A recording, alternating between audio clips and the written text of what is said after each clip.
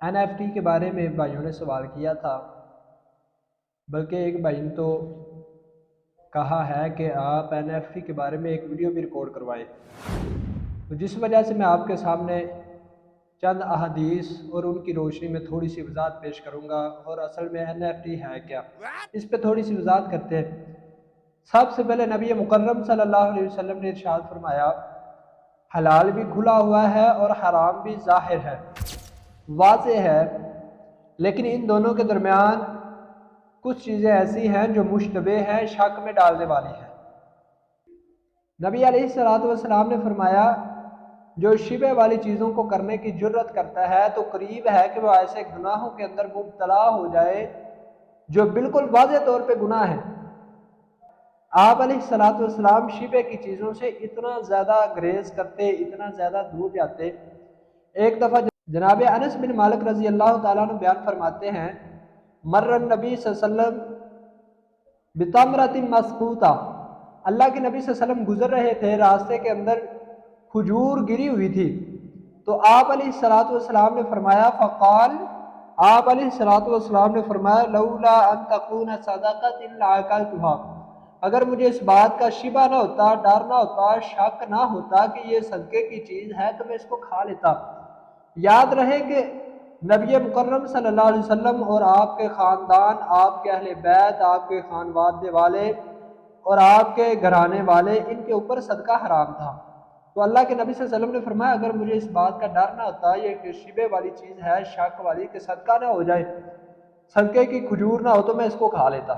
تو اللہ کے نبی صلی اللہ علیہ وسلم اتنا زیادہ بچتے تھے، اتنا زیادہ گریز کرتے تھے۔ آپ علیہ السلام نے فرمایا کہ لوگوں پہ ایک ایسا وقت آئے گا کہ لوگ حلال حرام کی تمیز بھول جائیں گے، اور یقیناً آج وہ وقت آ چکا ہے۔ ہر انسان یہی چاہتا ہے کہ اس کے پاس پیسہ آ جائے، جہاں سے مرضی آئے، حلال ہو حرام ہو، صبح کا ہو شام کا ہو، فیملی بلاگر، سودی کاروبار، بونس، یہ سارے کسی بھی طریقے سے حلال ہو حرام ہو، رشوت ہو، یتیموں کا ہو، سود ہو، بس پیسہ چاہیے ہمیں۔ تو نبی علیہ السلام نے کیا فرمایا تھا کہ لوگوں کے اوپر ایک ایسا وقت آئے گا جب لوگ حلال حرام کی تمیز بھول جائیں گے۔ تو ہمیں کیا چاہیے کہ ہم حلال اور حرام کی تمیز کریں۔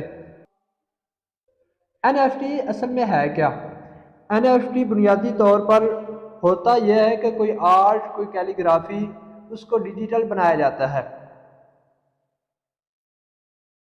اور مختلف چیزوں کی NFT بنتے ہیں۔ NFT کو بعد میں بیچا جاتا ہے۔ ٹریزر NFT جو ہے، اس کو ہماری معلومات کے مطابق ہوتا یہ ہے کہ اس میں بہت زیادہ دھوکہ ہوتا ہے اور بہت زیادہ فراڈ ہوتا ہے۔